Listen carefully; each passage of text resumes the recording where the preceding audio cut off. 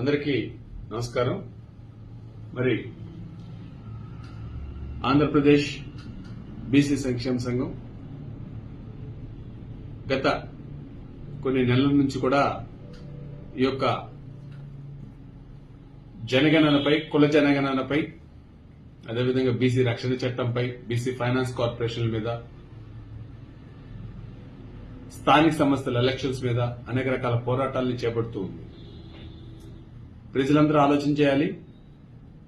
అదేవిధంగా మరీ ముఖ్యంగా బీసీ సామాజిక వర్గం, బీసీ నేతలు వీళ్ళందరూ కూడా ఆలోచన చేయాలి. స్థానిక సంస్థల ఎలక్షన్స్ మొన్న ఒక నోటీస్ రిలీజ్ అయింది. ఎలక్షన్ కమిషన్ 3 నెలల్లో మరి పూర్తి స్థాయిలో ఎలక్షన్స్ కి వెళ్లాలని చెప్పేసి ప్రభుత్వానికి ఒక నోటీస్ ఇవ్వడం జరిగింది. మనం గమనించాల్సిన అంశం ఏంటంటే స్థానిక సంస్థల్లో మన రిజర్వేషన్ ఎంత? ఈ రోజు తెలంగాణలో 42% రిజర్వేషన్ అమలు చేస్తానని చెప్పి ముందుకు వచ్చిన తెలంగాణ ఎందుకని ఆంధ్రప్రదేశ్ లో ఆలోచన చేయటం లేదు? ఎందుకని జనగణన చేయటం లేదు? జనగణన చేసి మన యొక్క శాతాన్ని పెంచమని చెప్పేసి ఇప్పటికి అనేక సందర్భాల్లో మన రిప్రజెంటేషన్స్ కానీ మరి అనేక రకాల పోరాటాలు మనం చేస్తూనే ఉన్నాం. మరి నిన్న ప్రభుత్వం ముందుకు వచ్చి 34% అమలు చేయడానికి మేము సన్నాహాలు చేస్తున్నాం, బీసీ రక్షణ చట్టం చేయడానికి మేము ఆలోచన చేస్తున్నాం అంటుంది. కానీ ఇంతవరకు దాని మీద సమగ్రంగా ఏ రకంగా ముందుకు వెళ్లాలనే ఆలోచన 15 నెలల పరిపాలనలో ఇప్పటి వరకు కనీసం ఒక సమాధానం చెప్పలేదనంటే నిజంగా అంత సిగ్గుపడాలి ఈ ప్రభుత్వాలు.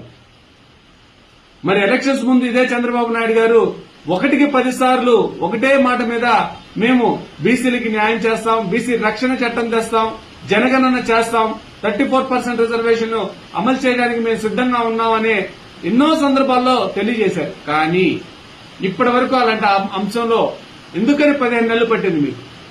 అంటే బీసీలు అంటే అంత చులకన చెప్పుకోవడానికేమో మాది బీసీల పార్టీ, మరి చేసేటప్పుడేమో మరి ఏ రకమైన ఆలోచన చేస్తున్నారనేది మీరే ఆలోచన చేయాలి. అందుకోసం ప్రజలందరూ మనకు సంబంధించిన మరీ ముఖ్యంగా బీసీలందరూ మరి ఆలోచన చేయాలి. చాలా జాగ్రత్త. ఒక్కసారి ఎలక్షన్స్ జరిగితే మళ్ళీ 5 సంవత్సరాల దాకా ఎలక్షన్స్ లేవు. ఈ 5 సంవత్సరాల ముందే మన యొక్క జనగణన చేసి మన రిజర్వేషన్ శాతం పెంచాలి. మేమెంతో మాకంతా అనే దాని మీద మన స్టాండ్ ఉండాలి. ప్రతి ఒక్క పార్టీలో ఉన్న బీసీ లీడర్కి చెప్తున్నా, ఈ రోజు ఎలక్షన్ జరిగిన తర్వాత నాకు టికెట్ రాలేదు, నేను పోటీ చేద్దాం అనుకున్నాను, నేను మరి ముందుకు సాగాలనంటే ఎట్లా చేయాలనే ఆలోచన తర్వాత చేయడం కాదు. ముందుగానే మేల్కొని ఈ ఉద్యమంలో పార్టిసిపేట్ చేయి, ఉద్యమంలో ముందుకు రా, మా జనాభా ఎంతో మాకంత ఇవ్వాలి అనే ఒక నినాదంతో ముందుకు సాగే విధంగా మనమందరం ఉండాలని చెప్పి మిమ్మల్ని అందరూ కోరుతూ మరి ఎలక్షన్స్ ముందుగా జనగణన చేసి సమగ్ర కుల జనగణన చేసి మా వాటా మాకు 50% దాకా పెంచాలి స్థానిక సంస్థల్లో అనే డిమాండ్ తో మేము వెళ్తూ ఉన్నాం. దానికి సంబంధించి ప్రభుత్వాన్ని మళ్లీ హెచ్చరిస్తూ ఉన్నాం.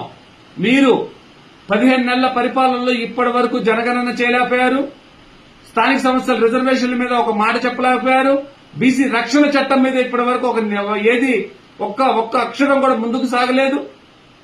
బీసీ ఫైనాన్స్ కార్పొరేషన్ లో మీరు కూడా ఉచ్చ విగ్రహాల్లాగే మా యొక్క ఎవరైతే ఈ కార్పొరేషన్ చైర్మన్ ఉన్నారో మరి 15 నెలలు పట్టింది అందరిని వేయటానికి, వాళ్ల పరిస్థితులు అంతే ఉంచారు. కాబట్టి బీసీలకి న్యాయం చేయటం లేదు, అన్యాయం జరుగుతుంది. పార్టీలో చాలా స్పష్టంగా చెప్తున్నా, ప్రజలకు అన్యాయం జరుగుతుంది. ఈ అన్యాయాన్ని ఎదుర్కోవడానికి మేము సిద్దంగా ఉన్నాం.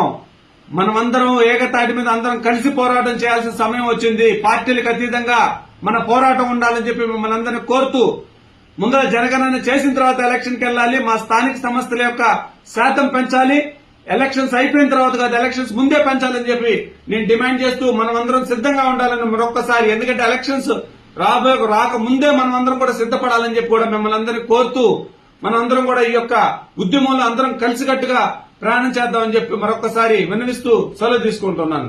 Thank you.